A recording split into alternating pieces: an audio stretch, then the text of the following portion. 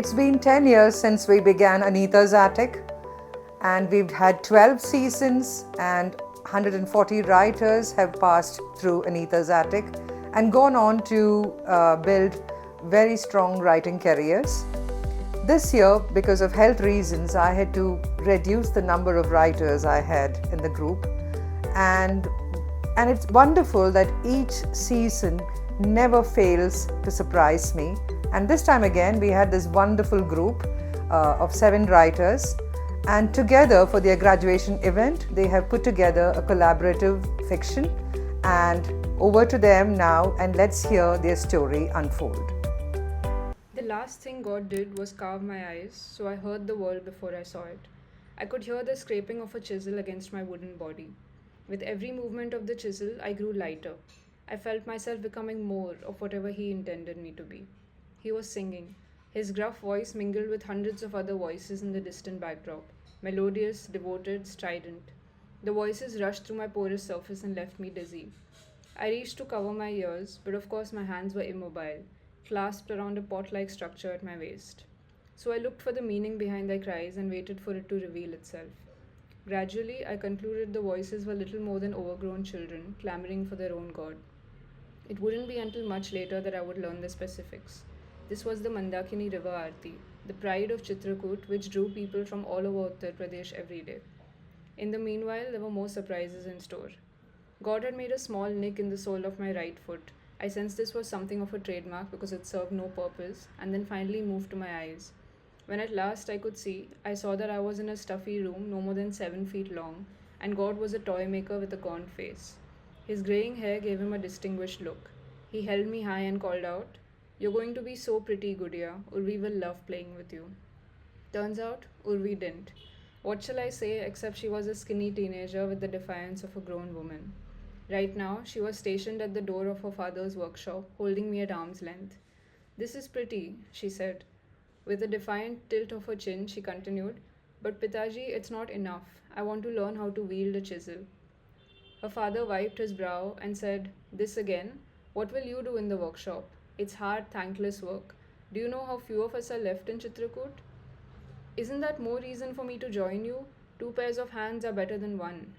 It's not that simple. You're not a boy. It all comes down to that, doesn't it?" The toy maker looked resigned now. "This doll," he gently pried me from her fist, "is made with love. I wish you would see that." "Pitaji, are you even listening to me? Let me help you. I've been talking with the other karigars and we've come up with some great ideas on. Suddenly he grew furious. "You did what? They'll call me a bile who's not capable of providing for you and Ma." Urvi was taken aback. I could tell that embarrassing her father was the last thing she had wanted to do. She started saying something, incoherent with how upset she was, but it was too late. Her father was striding to the front of the workshop and taking me with him. He came to a halt before the display cabinet. Urvi stood some distance away and watched him stuff me into the cabinet unceremoniously. She was silent, sniffling occasionally and brushing away a tear that had trailed down her cheek. Then the toy maker muttered the words that would form the beginning of a lifelong rift with his daughter. "Let the doll go to someone who deserves it." I waited in the toy store near the temple premises. I had been moved from the workshop to the toy store alongside the other decorations and offerings for worship. While the adults waited for the Mandakini Aarti, the children scampered around our section. I was picked up by a little girl barely 3. "I want the lady with the pot, Pitaji. Please. She will help me get water every day," she insisted, tugging at her father's shirt. "Okay, Charu, but you must look after her well and not leave her anywhere." I could see the pride and importance with which she held on to me. She called me Gudia. She took me to bed, fed me, and even bathed me. She didn't allow anyone else to touch me, and had a few hiding spots for me where she could leave me when I needed to rest. She became my mother. She would dress me up with such care and promptly round it off with a black dot below my lip to ward off the evil eye. "You could never be too careful with a girl toy," she said. She taught me all that she knew, the easy songs which Ma had taught her, the tricks her brother had taught her. Night times were best with Charu. She was tired after all our playtime. She would quickly gobble up her rice gruel and whine. if not taken to bed immediately. She would tap me and sing, Gudiya Rani, Pariyon ki nagri se ik din. And before she could sing the second line, she had drifted off, clutching me tightly in her hand. Charu and I got into trouble often. She would take me to the garden, where we were not allowed to go without an adult. However, we would be found soon enough by her mother, who was always on high alert for Charu. But yesterday, there was an unexpected guest in the house who kept her talking in the kitchen. Come on, Gudiya. There's so much water in the garden today because of the rains last night. I will teach you to sail a boat in the puddle. We were in the garden before anyone knew, in the mud and sailing a paper boat, which got soaked and muddy instantly. But it was so much fun. Charu was shrieking with mirth, dipping me in and out of the muddy stream. It was so sudden, we both didn't notice a slithering object coming towards us. Before we knew it, it had taken a swipe at Charu's leg, and she let out a piercing shriek and fell to the ground. Her mother rushed out at the noise and set out a loud wail when she found Charu lying on the ground with her fingers wrapped around me. In a trice, neighbors and other passerby had gathered and tried to revive little Charu, but to no avail. We had lost her, and the family was distraught when her mother's sobs wouldn't cease. An old aunt bemoaned, Thank God, you still have a son. The sound of a tiny bell resonated as Ambika, Charu's mother, led the evening puja. I watched from a cabinet facing the room, my domain for the past 2 decades, while Mridul, her only son, stood behind her with vacant eyes, hands folded, and his weight on his back leg. When Mridul was lost, he found his bearings at home. This, however, was no ordinary visit back to Chitrakoot, as the charm of returning home no longer invigorated him like it had in the past. Are you all right, Munna? Ambika asked after she finished the puja. Mridul pursed his lips, attempting a smile, but Ambika smiled for him and caressed his cheek. I felt like I shouldn't be watching, but I couldn't look away, as I was positioned to witness years of private moments. But you can't keep coming back here to find answers, Ambika continued. Chitrakoot is too small for your dreams. You can't grow under the shelter of a tree, but you are welcome to rest with me. Mridul's eyes grew glassy as he nodded. I will leave tomorrow with Padmini, Mridul said grittily. As a child, Mridul had looked up to Padmini, who was then a teenager. Later, they found themselves in Bangalore, relying on each other, scraping by as a maid and a plumber. As Mridul stepped out of the puja room, his gaze met my unblinking lacquer eyes. After a moment, he walked over, picked me up, and dusted me off. He sneezed, and I silently said, Bless you. Oh, Gudiya Rani, have you been forgotten? He started playing with me. He made me dance again, something I hadn't done since Charu passed away 15 years ago. All I remember is how much she spoke about you. Gudiya this, Gudiya that. She took care of you the way I took care of her. His eyes welled up again. She was my Gudiya. A knock interrupted my moment with Mridul. The door creaked open, and a boy, about Charu's size, peeked in. His curious eyes lit up with a smile when he saw Mridul. He dashed in and leaped into Mridul's arms. Mridul held me tightly, but awkwardly. Where's Ma, Raghav? Mridul asked, setting him down. Raghav pointed to the door as a middle-aged woman entered, closing it behind her. Oh, Paddu, looking lovely today, Ambika hollered. Thank you, Auntie. Padmini bowed. Dee, we leave tomorrow for Bangalore. Mridul walked over to Padmini. Finally, Padmini smiled. They had been in Chitrakoot for a week without any sight of Mridul wanting to leave, until now. Mridul, can I play with your toy? Raghav pointed at me. Mridul looked at me and squeezed me tight. She is fragile, Mridul said hesitantly. Raghav frowned, turning to Padmini for support. What if he loses her? This belonged to Charu. Mridul added, his voice concerned. Munna, this is a girl's toy. It's not for you, Padmini said gently. I don't care. I want it. She looks like Mamma, Raghav insisted, tugging at Padmini's sari. Mridul hesitated, feeling a twinge of guilt. If he resisted, he'd be no different from Raghav. You can hold her for now, he said reluctantly, passing me to an overjoyed Raghav. Whose toy was I now? Am I a plaything or a keepsake? Padmini had lived most of her life in Chitrakoot. She got married and gave birth to her son Raghav. Her husband had passed away a year ago due to a prolonged illness. With no job, she had been struggling to raise her son. She then moved to the city to give him a better life. Padmini and Mridul rented a small cottage together to save money. They reached Bangalore in the afternoon and started setting up house. Raghav was quite amused by me, as all the other toys he played with were quite different. I couldn't tell if he was happy to play with me or was just curious about me. I was quite excited to have a new playmate, but I wasn't being handled very well. He kept trying to detach my pot, but my pot wouldn't move.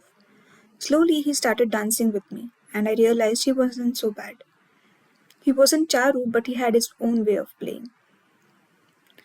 After a while, Mridul came out of his room.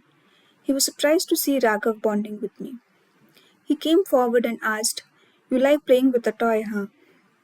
Raghav looked up at Mridul and answered, "Yes, I like it. I'm going to fill her pot with water."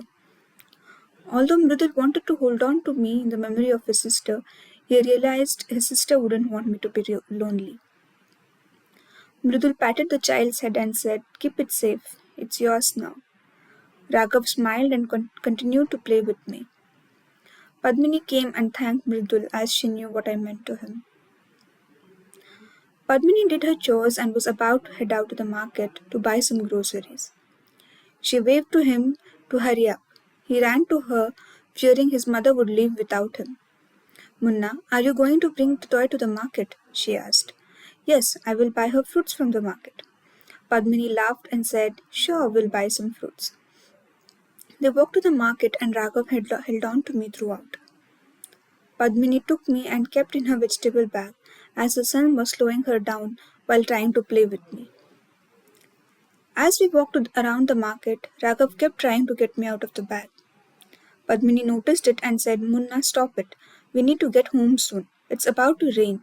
You can play with the toy when you get home." She stopped to buy some more vegetables and got distracted while bargaining with the shopkeeper. While his mother wasn't looking, Raghav managed to get me out of the bag. He was happy to be holding me again.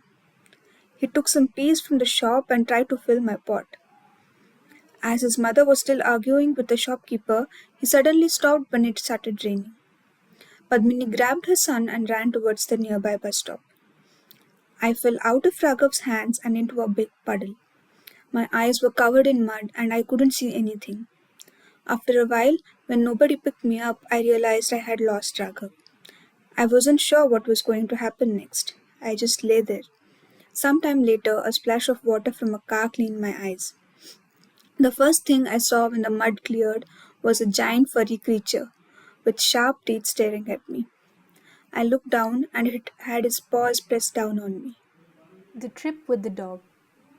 Saliva slowly slithered down my wooden figure, the liquid casting reflections. I felt tiny chip parts of the polish come off my coat from the fresh bite marks.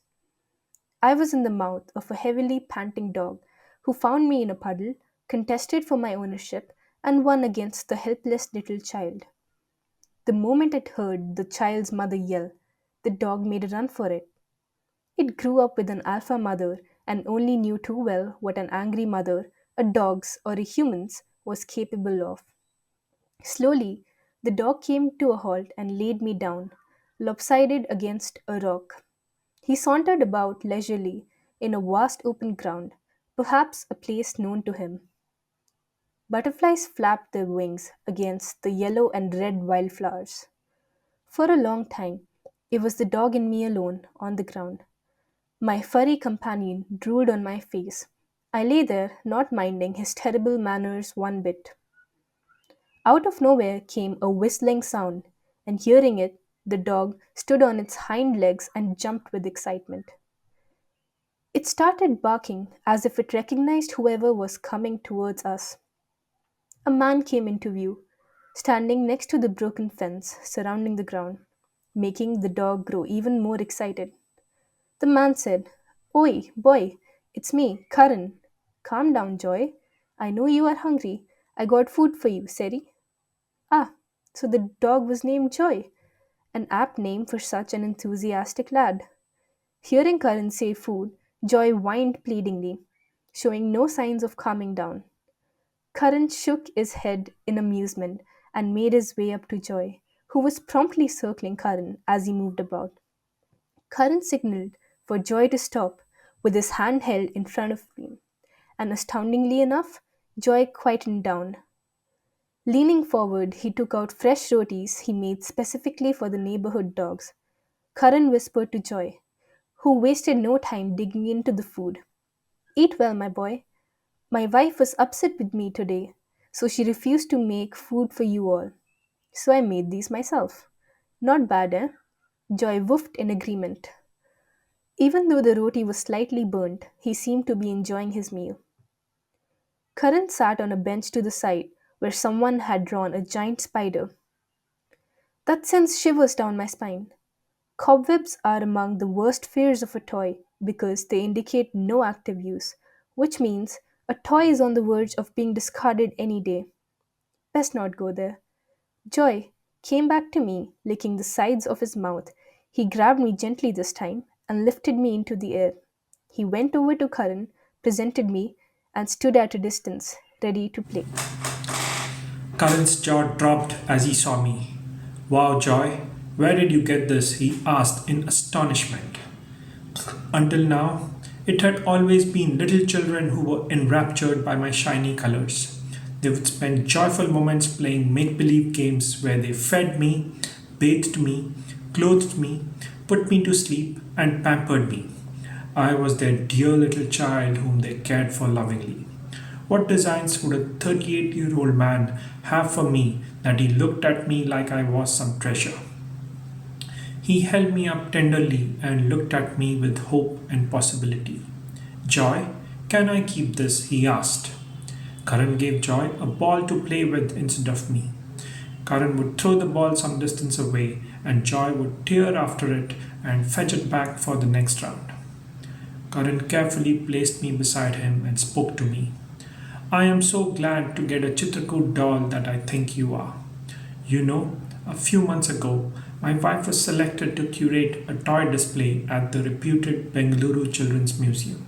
She had decided to showcase toys from 17 different regions such as Channapatna, Tanjavur, Kondapalli, Nathangram, and many others. She had even painstakingly gathered representative toy samples from each of these regions. However, the toy sample from Chitrakoot, her own region, has eluded her. She is being eaten alive by a sense of failure. Taking the ball from Joy and hurling it away, he continued. She had cut herself off from her family in Chitrakoot. Her friends from Chitrakoot do not care about its toy industry nor its samples. Chitrakoot's toy industry is dying and its toys are hard to find, so there was no easy way of finding you. He lifted me to his lips and kissed me on my forehead. Joy was back and dispatched yet again after the ball. You know what? When we were newly married, she was so madly in love with me, and I likewise. But now she is so aloof, neither spending time with me nor sharing her daily stories with me. I tried talking to her, but she has refused to even discuss the topic. Karan continued. I don't know if she is depressed since we have not conceived a child despite 3 years of trying. We have consulted doctors and done all the tests. The test results turned out fine. We have even tried the IUI procedure at the doctor's suggestion, but even that did not work. The doctors are now suggesting the IVF procedure.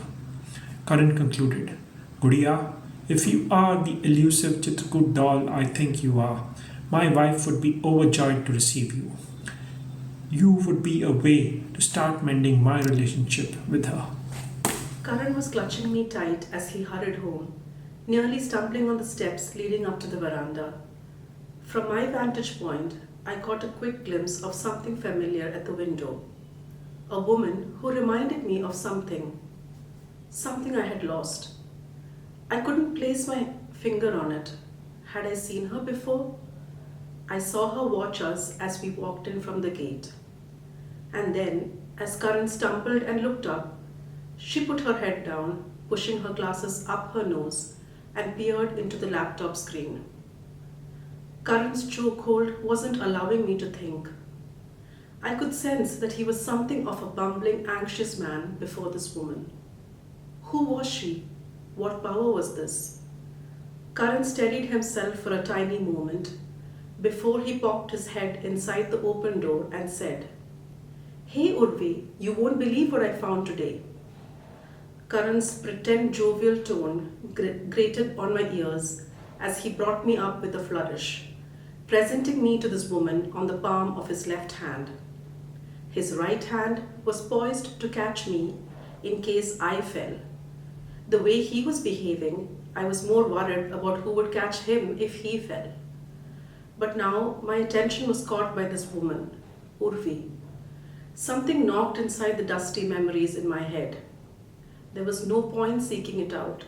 I had to wait patiently for the memory to present itself. I had lived long enough to know that it would. I watched as Urvi turned and looked at me, her mouth a wide O of surprise, and something else I couldn't quite read. One hand clutching the sari pallu at her chest, the other holding the arm of her chair for support as she stood up. She came closer and held out her hands. They were trembling. Karan was beyond ecstatic at her response. This man hadn't read the layers of her reaction yet. "It is a Chitrakoot doll, right? The one you had been looking for?" he said excitedly. She nodded, barely looking at him, as she took me from his hands and ran her fingers over me. The moment she touched me, I knew. She was the god's daughter, fierce little Urvi who fought so hard to learn her Pitaji's doll-making skills. Stubborn Urvi who cast me away, saying she didn't want the gift of a doll, she wanted the gift of learning. I knew you were struggling to find a Chitrakoot doll. Karan kept talking in the background. Both Urvi and I barely heard him. She ran her fingers under my feet until she found the tiny notch that was Pitaji's trademark. She pressed me close to her chest and looked up at Karan with adoring, teary eyes. "I want to hear all about it, about how you found the doll," she said, throwing her arms around him. "But first, let me get you some tea." I could sense Karan's joy bursting forth as if his body could barely contain it. And now I could see the desk Urvi had been working at, the laptop, the scattered papers, the tool set, and a box in which lay a version of me. She had been working on a Chitrakoot doll, I realized. Feisty Urvi didn't need someone to hand her legacy down to her. She would carve her own.